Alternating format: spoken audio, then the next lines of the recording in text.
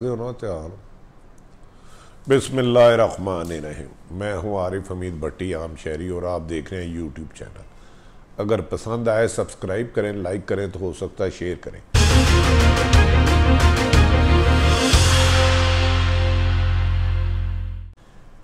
नाज़रीन, पाकिस्तान की सियासत रोज़ बरोज़ गर्म है। रमज़ानुल मुबारक का मुक़द्दस महीना इबादत के लिए, गुनाहों की बख्शिश के लिए, लेकिन हुक्मरान, अपोजिशन जमातें हो या हुकूमत एक दूसरे के कपड़े उतारने और एक दूसरे की करैक्टर असैसिनेशन पर अरूज पे है। आज वज़ीर-ए-आज़म पाकिस्तान ने आवाम से फिर ख़िताब किया। वज़ीर-ए-आज़म इमरान खान साहब का कहना था कि उन्हें गरीब लोगों का बहुत ज़्यादा एहसास है, उनका दिल दुखता है, दर्द के मारे आंसू हो जाते हैं, आंखें नम हो जाती हैं वज़ीर-ए-आज़म की जब वो सोचते हैं कि लोगों को राशन घर तक नहीं पहुँचता। कोरोना वायरस की वजह से, लॉकडाउन की वजह से लोग भूख से मर रहे हैं, जिस पर उनका कहना था कि 81 अरब रुपए की रकम मुस्तकीन में तकसीम की गई, लोगों तक राशन उनकी दलीज तक पहुँचाया गया। यकीनन ये एक अच्छी एफर्ट्स है, हमें इसकी तारीफ़ भी करना होगी। अच्छे काम की तारीफ़ करना और बुरे काम की निशानदेही करना को सहाफ़त कहते हैं। ताहम इसके बावजूद कल बिलावल भुट्टो ने अपनी तकरीर के दौरान कहा, वज़ीर-ए-आज़म सिंध हुकूमत की कारकर्दगी से जेलस और रुकावट डाल रहे हैं, जो हम बेहतरी करने हैं उसे सबोताज कर देते हैं, इन्हें रिज़ाइन दे देना चाहिए। वो खूब सीख पा हुए और उन्होंने इमरान खान साहब को कहा कि कंटेनर से उतर के वज़ीर-ए-आज़म बन जाए। शायद बिलावल भुट्टो वज़ीर-ए-आज़म उसी को समझते हैं जो मुल्क अरबों खरबों रुपए लूटे। इमरान खान साहब के ऊपर बहुत सी खामियां हो सकती हैं, उनकी कारकर्दगी पर सवाल हो सकता है, पर वो करप्ट नहीं। इस बात में मेरी अपनी इन्फॉर्मेशन के मुताबिक मैं आप तक शेयर करूं, कल कोई स्टोरी आई तो आपके गोशगुजार करूंगा। इस पर शिबली फराज ने भी अपने बयान दिए और मुराद सईद भी पीछे नहीं रहते। वो कोशिश करते हैं, बेशक वो पैदल आए, लेकिन घोड़े की रफ्तार से इमरान खान की मुदासराई में आगे चले जाएं और आगे जाने की कोशिश में कामयाब भी होते हैं। नाज़रीन, दूसरी तरफ आज हमारे दोस्त पुराने शेख रशीद ने बड़ी दिलचस्प गुफ्तगू की। उनकी हमेशा गुफ्तगू में ज़्यादा दिलचस्पी होती है, गुफ्तगू ज़्यादा बेहतर हो या ना हो। उनके मुताबिक नैब आर्डीनेंस खत्म होने के बाद टार्जन बनने जा रहा है।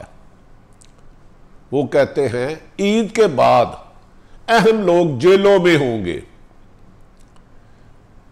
उनका एक बहुत खूबसूरत कहना था कि शहबाज शरीफ जिस मकसद के लिए टिकट लेके आए थे, जिस मनसब पर फायज होने के लिए, वो गाड़ी चले चुकी है और शहबाज शरीफ लंदन जाना चाहते हैं या जेल जाएंगे। शेख रशीद का बयान उससे भी अहम है। उन्होंने फरमाया कि अब आने वाले वक्त में, हाल फिर वो तनकीद करते हुए, नैब दो तरफा टार्जन बनेगा। ना सिर्फ अपोजिशन लोग जो करप्शन में मुलव्वस है वो जेलों में नजर आएंगे, बल्कि हुकूमती लोग भी सलाहों के पीछे होंगे और अरबों रुपया लूटेंगे। अल्लाह करे कि शेख रशीद साहब की ये जुबान मुबारक हो।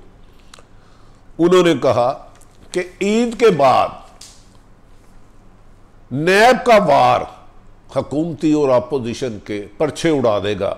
इसका मतलब है, बज़ाहिर यकीनन ये लगता है कि हुकूमत की तरफ से, अपोजिशन की तरफ से तवक्को की जा रही है ईद से पहले या ईद के बाद शहबाज शरीफ अपोजिशन लीडर जेल में हो सकते हैं। क्या रमज़ान की अगली अफ्तारी 5 के बाद जेल में गुजारेंगे या ईद के बाद? दूसरा शेख रशीद का जरा अहम पॉइंट है, क्या परवेज़ खटक भी नैब की तरफ जा रहे हैं? और नैब का रास्ता जो इल्ज़ामत उन पर है मुबैना करप्शन के, वो नैब के बाद नैब की हवालात और नैब की जेल में जाते हैं।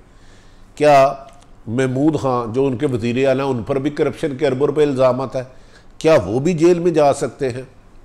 जुल्फ़ी बुहारी पर भी इल्ज़ामत हैं।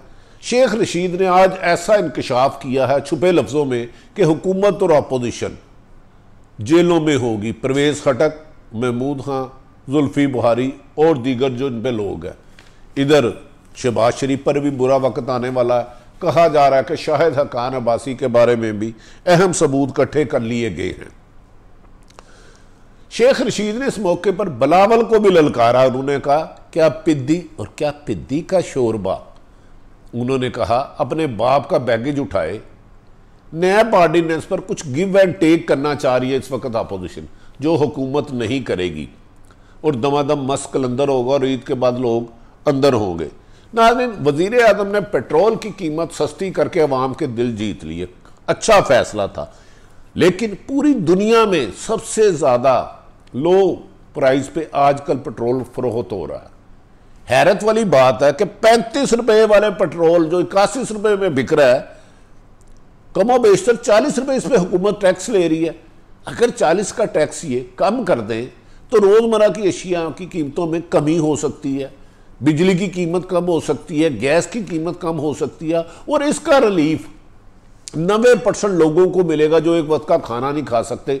वज़ीर आज़म साहब, आपने इसको पेट्रोल की कीमत कम करके अच्छा किया इमरान खान साहब, लेकिन इस पर 45-40 से ऊपर टैक्स बहुत ज़्यादा है। इसका बोझ भी ना गरीब मुस्तहिक लोगों के कंधों पे उठाया जा रहा है। अमीर आदमी के लिए 1000 रुपये का भी यूनिट कर दें, उन्हें फ़र्क नहीं पड़ेगा।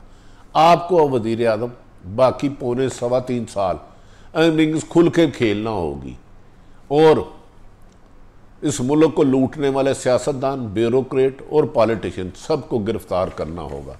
नाज़रीन, आरिफ हमीद भट्टी की ये गुफ्तगू अगर आपको पसंद आया आम शहरी की, इस चैनल को सब्सक्राइब करें, लाइक करें, हो सकता है तो शेयर करें, अपने इर्द गिर्द रहने वालों की खुशियों का बायस बने, किसी को तकलीफ ना दें।